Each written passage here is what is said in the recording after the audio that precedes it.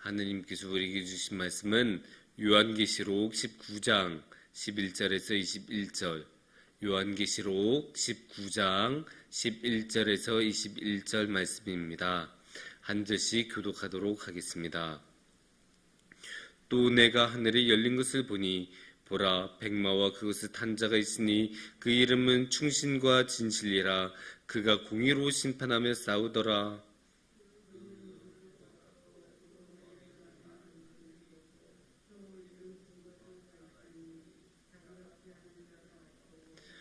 또 그가 피 뿌린 옷을 입었는데 그 이름은 하나님의 말씀이라 칭하더라.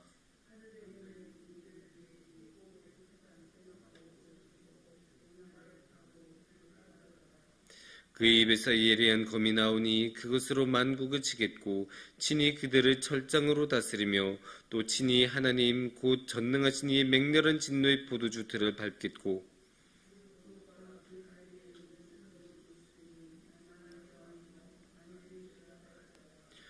또 내가 보니 한 천사가 태양 안에 서서 공중에 나는 모든 새를 향하여 큰 음성으로 외쳐 이르되 와서 하나님의 큰 잔치에 모여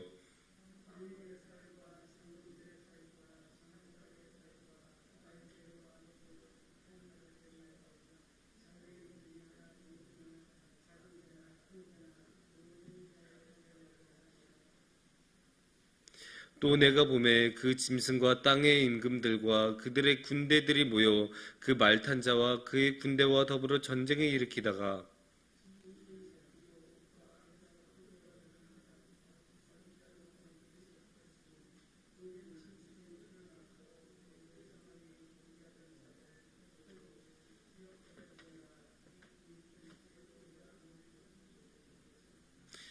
함께 봉독하겠습니다. 그 나머지는 말탄 자의 입으로부터 나오는 검의 죽음에 모든 새가 그들의 살로 배불리더라. 아멘. 사랑하는 성도님들, 우리가 계속 요한계시록 말씀을 묵상하고 함께 나누고 있는데 요한계시록 말씀은 항상 쉽게 접근할 수 있는 말씀은 아닙니다. 왜냐?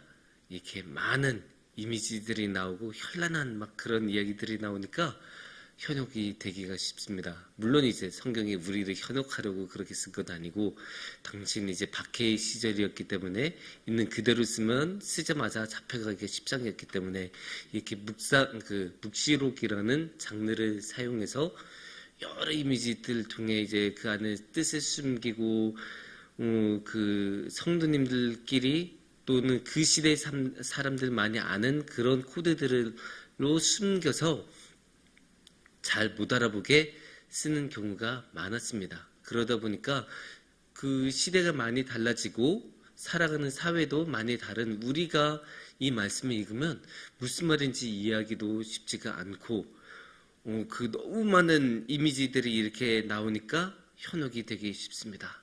그래서 이럴 때는 그 많은 그런 한마디 한마디에 집중하는 것이 아니라 중요한 포인트에 집중하면서 큰 줄기를 따라가는 것이 아주 좋은 방법이라고 말씀을 드리겠습니다.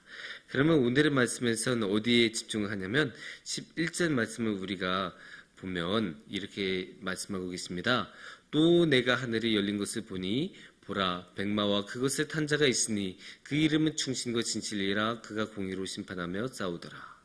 여기서 이제 무슨 말씀을 나오고 있죠? 백마와 그것을 탄 자가 있으니, 이게 주어예요. 그러니까 오늘의 말씀 11절에서 21절의 일련의 이야기들을 쭉 끌고 갈 주인공이라고 할 수 있을 텐데, 그 주인공이 바로 이 백마와 그것을 탄 자가 있으니, 그게 쉽게 말해서 백마 탄 사람이 이 이야기들을 쭉 이끌어 간다고 해요. 그거를 언제 봅니까? 하늘이 열렸을 때 이 계시록을 기록했던 저자 요한이 봤다고 합니다. 그래서 그게 백마 탄 자, 백마를 탄 자가 이야기를 쭉 진행을 하는데, 그럼 이 백마 탄 자가 누구인지가 중요한 게 아니겠습니까?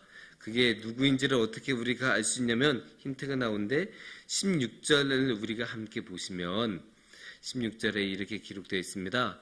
그 옷과 그 달에 이름을 쓴 것이 있으니 만왕의 왕이요 만주의 주라 하였더라. 예, 여기 뭐라고 나옵니까? 만왕의 왕, 만주의 주. 이렇게 써져 있는 옷을 입고 있대요. 그런데 만왕의 왕, 만주의 주로 고백하는 사람은 우리가 누구입니까? 예수님 아닙니까? 예수님 한 분만은 우리가 만왕의 왕이라고 고백하지 않습니까? 그러니까 이 이야기는 쭉 누구의 이야기라고 볼 수 있겠습니까? 예수님께서 이끌어가신 이야기라고 우리가 볼 수 있겠습니다. 근데 그게 언제 진행이 된 이야기라고요?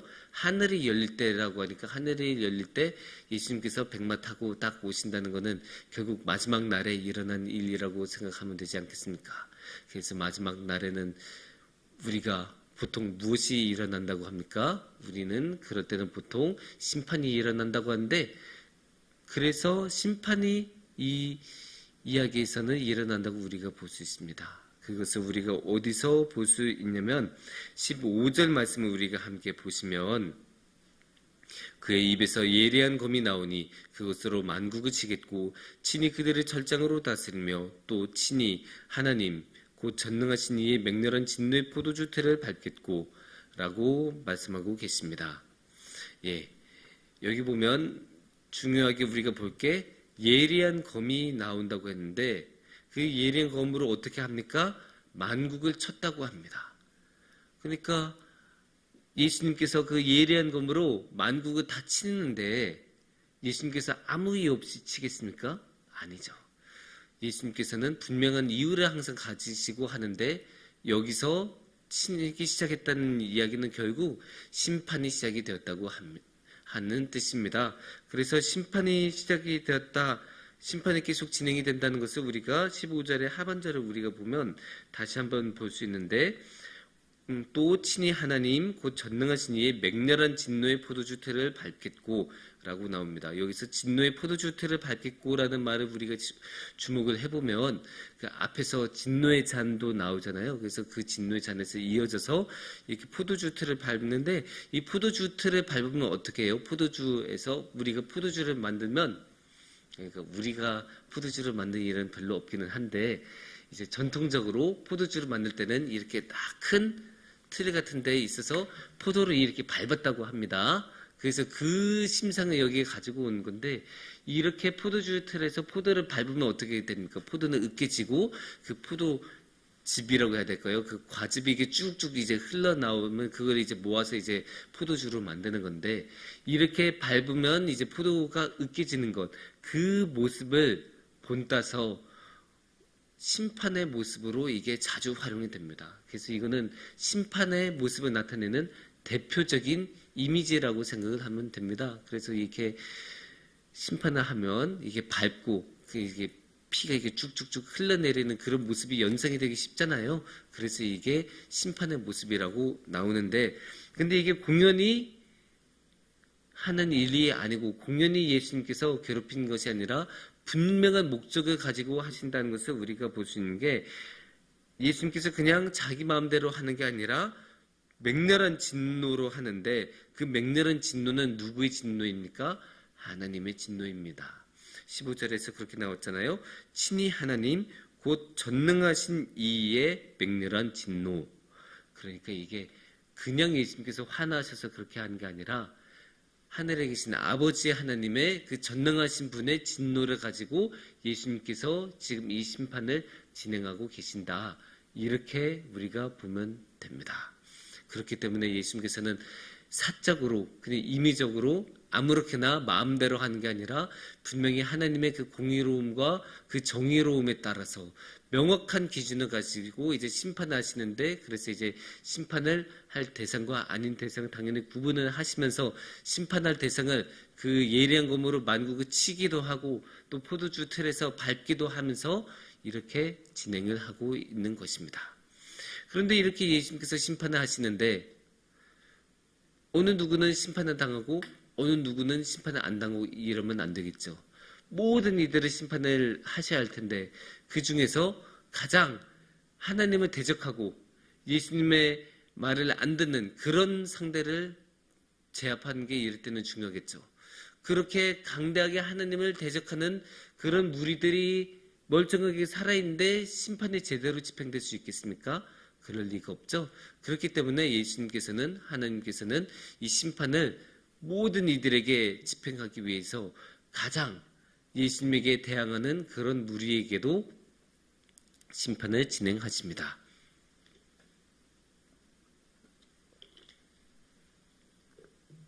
그게 우리가 어디에서 볼 수 있냐면 20절 말씀을 우리가 보면 됩니다. 20절 말씀이 이렇게 나옵니다. 짐승이 잡히고 그 앞에서 표적을 행하던 거짓 선지자도 함께 잡혔으니 이는 짐승의 표를 받고 그의 우상에게 경배하던 자들을 표적으로 미혹하던 자라. 이 둘이 산채로 유황불 붙는 못에 던져지고 라고 말씀이 나옵니다. 여기서 짐승이 누구겠습니까? 짐승은 요한계시록에서 꾸준히 나오던 심상이잖아요. 그래서 짐승은 뭐 적그리스도라고 표현할 수도 있을 거고, 악마라고 표현할 수도 있을 거고, 사탄이라고 표현할 수도 있을 거고, 여러 가지 표현으로 우리가 표현할 수 있을 텐데, 핵심은 이 짐승이야말로 최종적인 악의 세력. 우리가 그 영화나 게임 같은 데서 말할 때 끝판왕, 최종 보스라는 말을 우리가 많이 쓰는데, 그러니까 중간 보스나 뭐 엑스트라로 나오는 그런 하찮은 작은 적들이 아니라 마지막 최종적인 악의 세력이라고 보시면 돼요. 최종적인 악의 세력, 최종적인 악의 대상, 마지막까지 하나님을 대적하는 그것이 바로 이 짐승으로 이 요한계시록에서는 꾸준히 이제 표현이 되어 왔는데, 그래서 이 짐승이 잡혔다고 합니다. 그런데 이 짐승만 잡힌 게 아니에요. 거짓 선지자도 잡혔다고 20절 말씀에 나오기도 하고, 또 21절 말씀에서는 이렇게 나옵니다. 그 나머지는 말탄 자의 입으로부터 나오는 검의 죽음에 모든 새가 그들의 살로 배불리더라 라고 하십니다. 그러니까 여기에는 나머지까지 나옵니다. 그러니까 가장 강렬한 짐승이 있고, 그 다음에 누가 나옵니까? 거짓 선지자가 나오고, 그 다음에 나머지, 이렇게 계층이 쭉 나오죠. 그러면 여기서 제일 강렬하고 중요한 대상은 짐승일 거고, 그 다음에 여기에 적극적으로 부역하던 이라고 할 수 있겠죠. 그런 부역자라고 말할 수 있는 그런 악한 거짓 선지자들이 있고, 그 거짓 선지자 밑에 이제 우리가 그렇게 크게 주목은 하진 않지만 하여간 열심히 이 악의 세력을 위해서 봉사하고 힘을 썼던 나머지가 있습니다. 이 모든 세력이 어떻게 됩니까? 짐승도 잡히고, 또 누구도 함께 잡혀요? 거짓 선지자도 잡히고, 그리고 나머지는 어떻게 됩니까? 말탄 자의 입으로부터 나오는 검의 죽음에. 이 말씀이 우리가 어디서 방금 전에 봤죠? 15절에서 방금 전에 봤죠? 15절에서 예리한 검으로 다 만국을 쳤다고 하지 않았습니까? 그거를 다시 한번 이 21절에서 가지고 와서 다시 한번 이제 강조하는 거예요. 그래서 모든 것이 검으로 쳤다고 했는데, 우리가 이 검으로 치는 것은 무엇이라고 말했습니까? 심판이라고 말하지 않았습니까? 그러니까 이 심판이 만국에 임하였다라는 말은 21절에서는 이 심판이 모든 나머지에게도 임하였다. 그렇게 우리가 보면 됩니다. 그래서 이렇게 심판이 모든 이들에게 임하고 나머지에게도 다 임했는데, 그 말은 결국 가장 강렬했던 이 짐승이 잡히면 어떻게 되겠어요? 당연히 심판을 받겠죠. 그리고 또 이 거짓 선지자, 이 적극적인 부역자들에게도 당연히 심판이 임하는데, 왜냐? 이 거짓 선지자들도 붙잡혔기 때문입니다. 그래서 이들을 붙잡아서 어떻게 하셨을까요? 다시 한번 우리가 20절 말씀을 보면, 20절 말씀의 마지막에 보면 이렇게 나옵니다.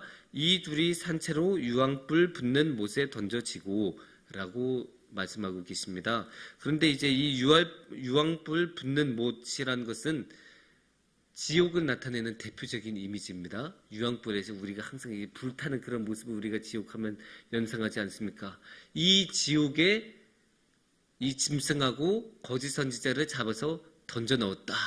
그렇게 이제 말씀을 하고 있는데, 그 말은 결국 예수님께서 심판하시면서 이 악한 세력을 지옥에 가두었다. 이 지옥이라는 이 악마와 이 악한 세력의 자리에 가둬두셨고, 거기에 이제 봉인을 해 놓으셨다. 이렇게 말씀을 드릴 수 있습니다. 근데 이제 심판에서 제일 중요한 거는 악한 자들을 악한 곳으로, 그 옳은 자들을 천국으로 이끄는 게 이제 아주 중요한 그런 기능이 아니겠습니까? 그래서 이 심판을 했다고 우리가 볼 수 있는 모습으로 볼 수 있는 게 이렇게 유황불에 던져 넣었다. 유황불에 그 최종적인 악의 세력인 짐승과 거기 부역하던 거짓 선지자들을 지옥 안에 가둬 넣었다. 그렇게 심판이 완성이 되었고 완결이 되었다라고 우리는 볼 수 있습니다. 그래서 이제 우리가 11절에서 21절까지 우리가 주목할 수 있는 모습은 예수님께서 오셨고, 근데 예수님께서 공연에 오신 게 아니라 심판을 하러 오셨고, 그래서 심판을 하시면서 이 최종적인 악의 세력과 그 거짓 선지자들과 나머지까지 모두 심판을 하셨다라고 우리가 볼 수 있습니다. 이 말씀이 우리에게 왜 중요한 말씀이고 우리에게 위로가 된 말씀이냐 하면, 우리가 살아가다 보면 정말로 우리 능력으로 할 수 없는 그런 어려운 일도 많이 당하고 억울한 일을 당할 때도 있습니다. 그럴 때마다 우리가 그냥 마냥 당하기만 하고 어떻게 하지를 못하는데, 그런데 이제 그런 악의 세력들, 어둠의 세력들이 하는 일들이 최종적인 승리를 거둔 것이 아니라는 것을 이 말씀은 말씀하고 계십니다. 왜냐?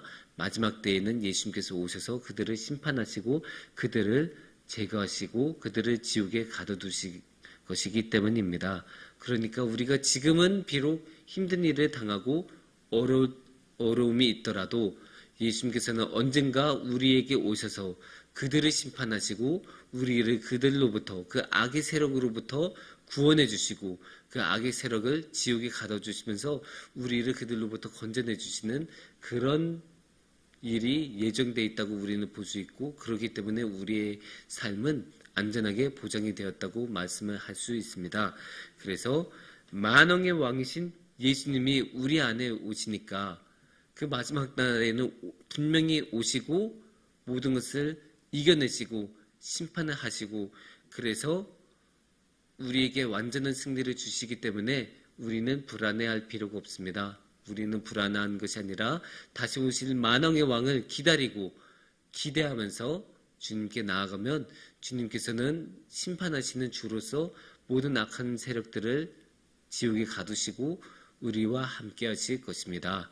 그 예수님을 우리가 믿고 바라며 예수님과 함께 하시기를 축원합니다. 함께 기도하겠습니다.